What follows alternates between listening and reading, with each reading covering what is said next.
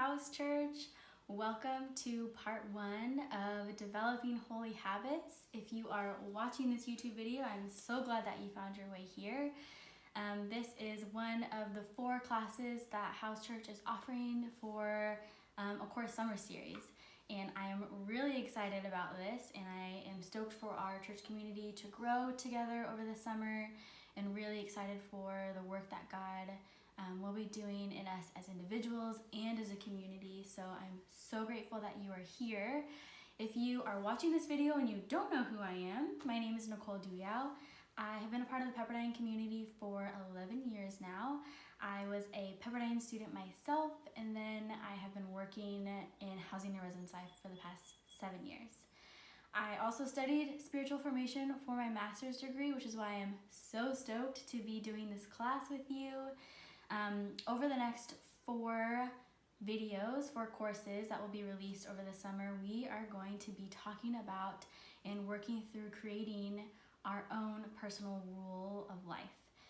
This is a practice and a framework that has been incredibly helpful and life-giving to me in my spiritual journey and walk with the Lord, and so I'm excited to guide you through the process and to do it with you.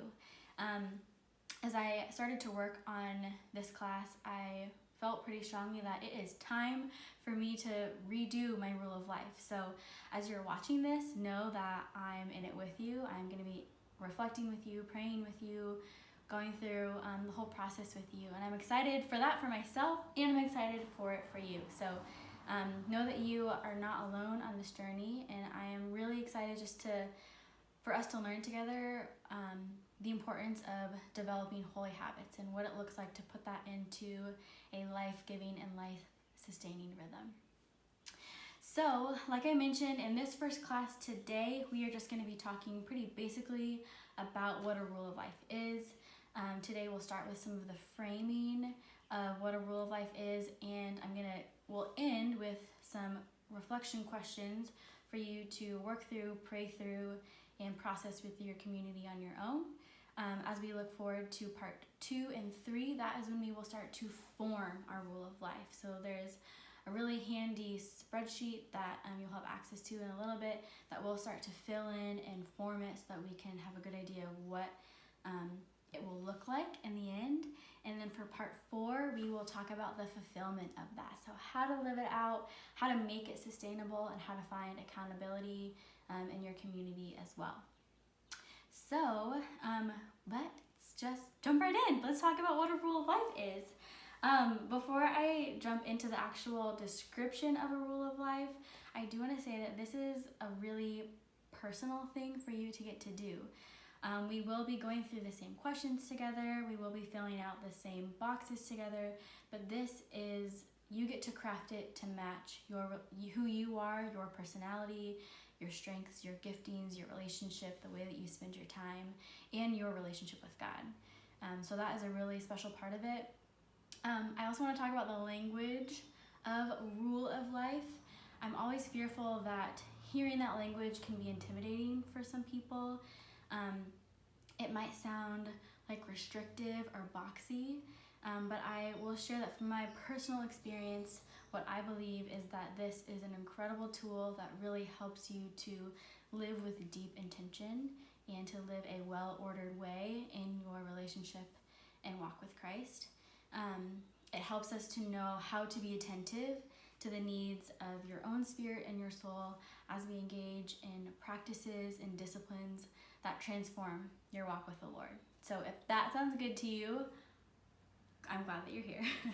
Okay, so again, I keep saying, what is a personal rule of life? I'm going to read you a description that comes from this awesome book. This book is called Crafting a Rule of Life, and clearly I've spent a lot of time in this book, and a lot of what we're going through is kind of abbreviated from this. So if you are looking for an additional resource or some light reading, or you want like a tangible thing to write on and read through, highly recommend this book. You can find it on Amazon. But the description that we're going to be working with today comes from this book, and like I said, a lot of what we're working through comes from this book as well. So the description for a rule of life is your personal rule of life is a holistic description of the spirit-empowered rhythms and relationships that create, redeem, sustain, and transform the life God invites you to humbly fulfill for Christ's glory. So there are some things about this description that I want us to pay attention to. So I'm going to read it a couple times, and we're just going to kind of sit with some of the words that I think are really important. The first being holistic. So I'll read that part again. Your personal rule of life is a holistic description. So as we craft our own rule of life, we are going to be taking a look at all of who we are. We're going to look at the way we spend our time. We're going to look at who we spend our time with, how much sleep we get, the way we fuel, nourish, care for our bodies. We're going to be looking at how we are stewards of the resources that we have, and ultimately we're looking at our missional purpose and vocation. That's a lot, but it is holistic, and it's important to factor all of those things in when we look at how we live our lives with Christ and in relationship with the Lord. And just a reminder again that you are not alone as you go through this. We as a house church community are doing this together. I'm doing it with you, and that we're doing it over a series of these summer months. So we will move slowly through this, but I encourage you to reach out to people to do this with you. This also requires an incredible amount of prayer to go through this process as well. So yes, holistic is a really important part of this whole process. The next part of the description that I want us to pay attention to is the language of spirit-empowered rhythms. So I'm going to read the description one more time with that piece in it. Your personal rule of life is a holistic description of the spirit-empowered rhythms. Okay, so spirit-empowered rhythms, I want to focus on the word rhythm first. So rhythms, my hope is that we find spiritually formative practices that are our go-tos. That is the development of holy habits. We're going to be looking at things that we can come to on a daily basis, that we want to come to on a weekly basis, monthly, semesterly, annually basis. And when I think about rhythms, I think about it as being something that eventually, kind of like your favorite song, that your body and your mind knows what's coming next. It knows what to look forward to. It knows what to anticipate in a good way. If the music were to stop, you can keep singing the words and keep moving to the beat because you know what's supposed to happen next. You look forward to the ending because that's the best part, right? That is this idea of rhythm, where we can anticipate something that's coming at the end of the week, a spiritual practice that you have made, that you've built into your rule of life to happen every Saturday. So on Wednesday, when you're feeling maybe tired or discouraged, you can look forward to the rhythm that you know is coming, right?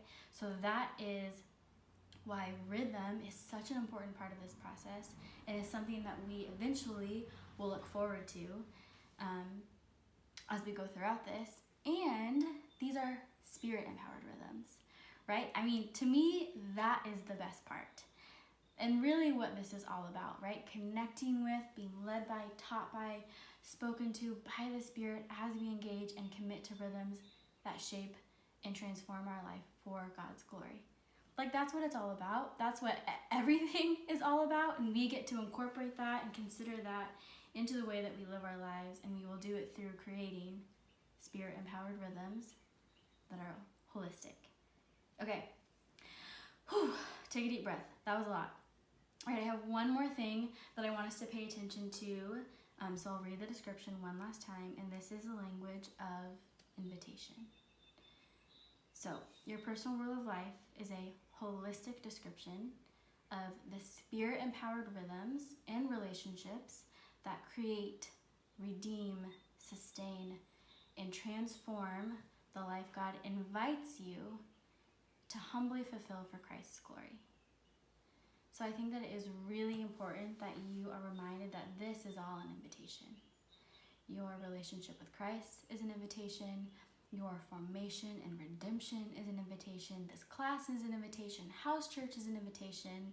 Your relationships are an invitation. And these are all invitations that you get to choose.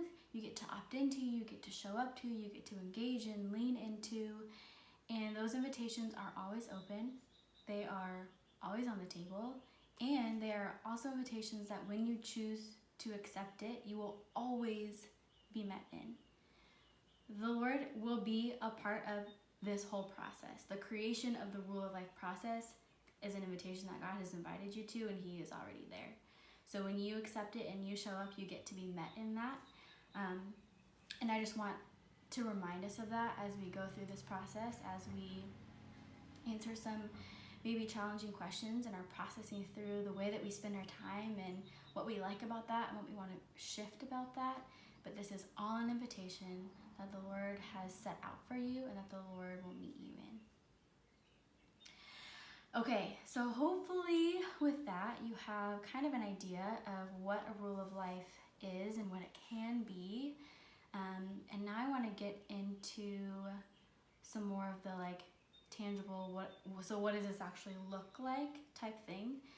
So in the video description of this YouTube, there is a link that will take you to a PDF on Google Drive that is called Developing Holy Habits Rule of Life Outline. So if you click on that, it will bring you to this blank table that eventually we will fill in, make it look beautiful. You'll be really proud of it. This is not something that we are working on yet. This will come up more in part 2 and part 3 of this class. But I just wanted you to have something to look forward to. Also, it might be helpful for you to see it as a blank slate and to kind of get an understanding of what we mean when we talk about daily, weekly, monthly rhythms that fall into categories of spiritual priorities, relational priorities, physical priorities. So this is eventually, when we are done, this will be filled out for you. You will fill it out yourself, and you will have it to come back to, edit, change, elaborate on. So this is something that we are looking forward to. That's where we are going. But of course, before we can fill any of that in, we need to do a good amount of reflection, and we need to spend a good amount of time in prayer over some different categories that we will be going through to kind of fill out this table. So another link that is included in the video description of this YouTube video is called Developing Holy Habits Reflection Questions. So click on a link that will take you to a 2-page document. The first part of it should say reflection rhythm, and then the second part of it should say reflection categories. So this is what I am asking and encouraging you to work on for the next however long. I think a really cool part of these online classes with House Church is that you get to move at your own pace. You get to do it when it works for you. You get to do it as slow or as quickly as it makes sense for you. If in your prayer time the Lord is really asking you to stick with one question or one category, you have the freedom to do that. So that is an incredible benefit of the format of these classes. So you get to move at your own pace. But these are the 4 categories of reflection questions that we need to work through in order to start the building part of our rule of life. So I'm going to go through these questions with you just to kind of talk about them, process them out loud with you, and then I have created a rhythm, which is again at the top of that document, that you can move through these categories. Thought it would be helpful to provide some guidance and how do I answer these questions and then what do I do with that information. So let's go through the categories first. Category 1 is to look at your relationships. So the first question is to be thinking about what roles do you play in your relationships. Answers to this could be anything that fits for you, but some examples that might be helpful is you could talk about if you are a child, if you are a sibling, if you are a caretaker, if you are a volunteer, if you are a worker, a provider, an activist, like any of those words that fit with a role that you have in any of your relationships, write it down. Second question is, what are the most important relationships in your life? I think this is a really great thing to reflect on. Number 3 is, what relationships are most life-giving for you? Then number 4 is what relationships take the most energy from you. Something that I really want you to pay attention to as you answer those last 3 questions are where's the overlap? Like what people are showing up in all of those categories. Are the categories all different? Are they all the same? But really take some time to be prayerful about what relationships feel like and look like for you throughout your life. Okay, so category number 2, we're going to talk about and think about how we spend our time. So the first question is, what are the life-giving activities that you make time for? These can be hobbies that you have, but really anything that you go to feel good. So it could be surfing, it could be running, it could be reading, it could be drawing or painting, it could be playing volleyball, it could be games with your family, cards, anything that is life-giving for you that you consistently make time for, write it down. And then number 2, what have you or others identified as spiritual gifts in your life? Number 3 is, what are your natural talents? This is going to be different than spiritual giftings. Your talents might be you love to cook, or you love to build things, you like to put things together, you love to take care of plants, you like to bake. So any of those sort of natural talents that you have perfected, especially during this time. And then what are ways or places that God is inviting you to serve others with your spiritual gifts and talents? So that is a question that I would encourage you to really sit in and really highlight when you're taking category 2 to prayer. All right, category number 3 is, what are your desires? So these are all really big questions, but I think this is a really big hitter to answer the question, what are the deepest longings of your heart? I'm so curious as to what will come up for me when I sit down and write that question, but for you, and where does that take you in your heart and in your mind when you start to process what that means for you? Number 2 for that category is, what matters to you most in life, so that you can think about the things that you value the most.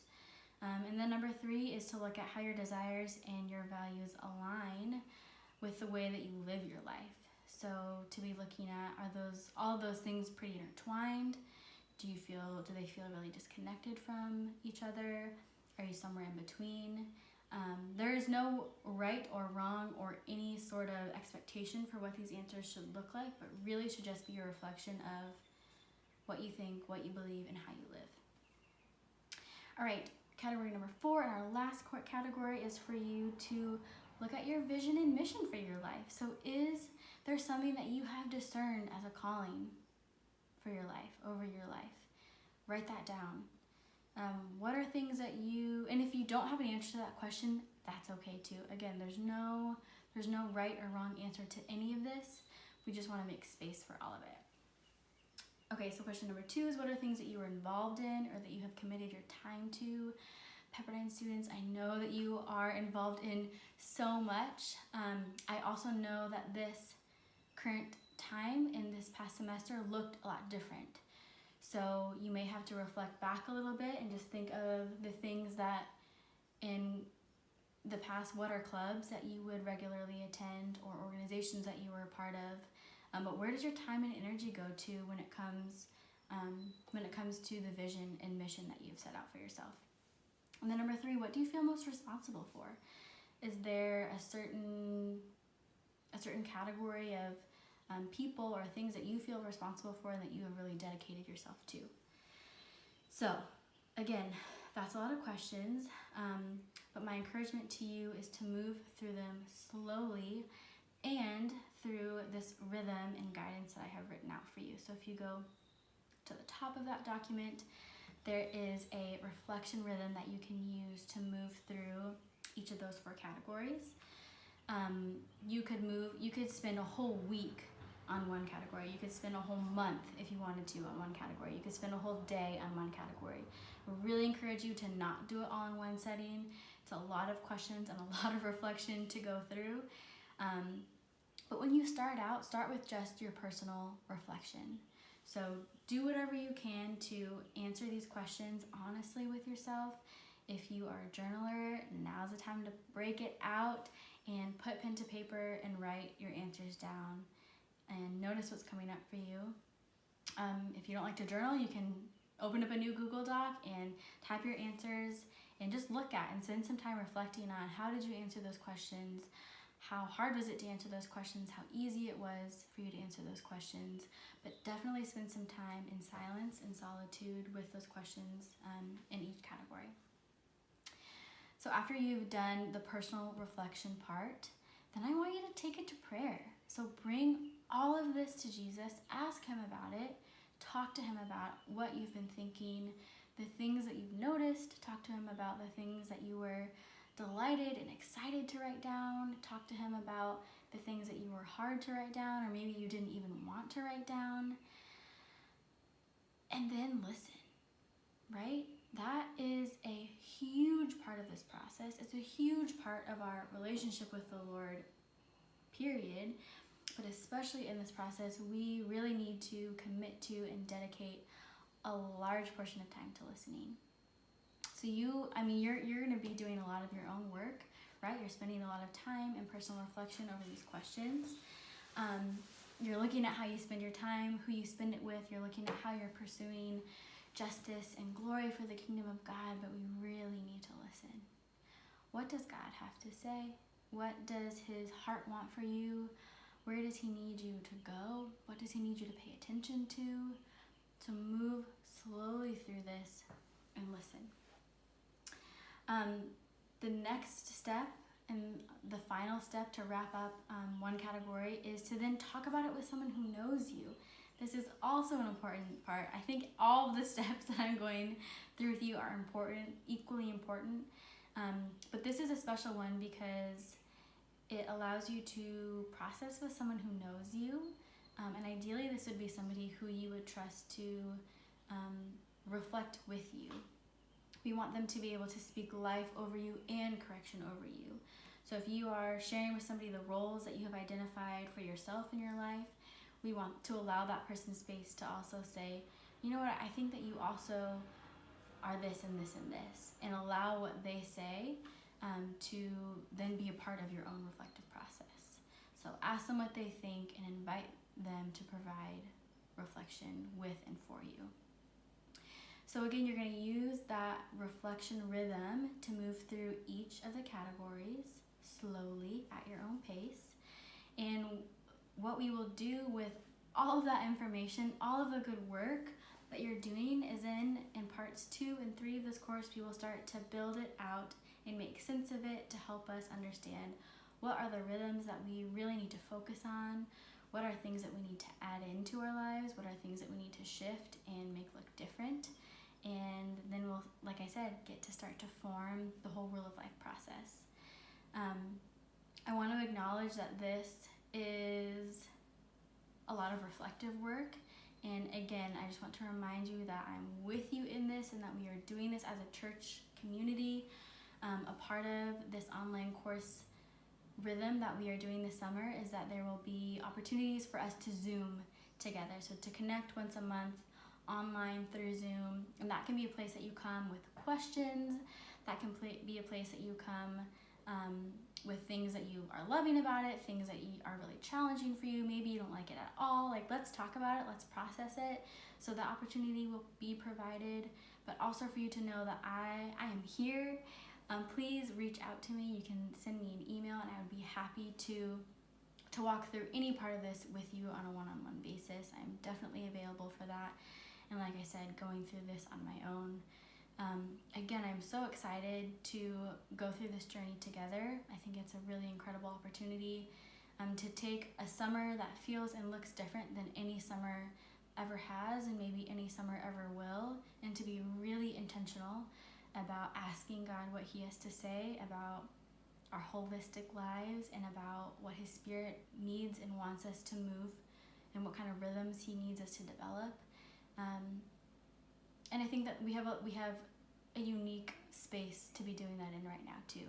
So although we are not together in physical proximity, we are doing this as a church community. So be encouraged by that. Again, please reach out to me if you have questions. I'm going to close us out in prayer, and then I'm committing to continue to pray for you, whoever you are, wherever you are in the world, to go through this in a protected and blessed way. My ultimate prayer and hope is that this will be able to meet you wherever you are, whatever you are experiencing during the summer, whatever you are holding, whatever you're excited about, whatever you are mourning, that this tool and resource would be helpful for you to have a sense of framework to look to and to look forward to. So let me close this in prayer. Lord, thank you. Thank you for your continual invitation. God, thank you for your continual presence and your provision. Lord, we look to you. Lord, we long for you. God, and we reciprocate that invitation and ask you to be a part of this process. With us as individuals and with us as a community.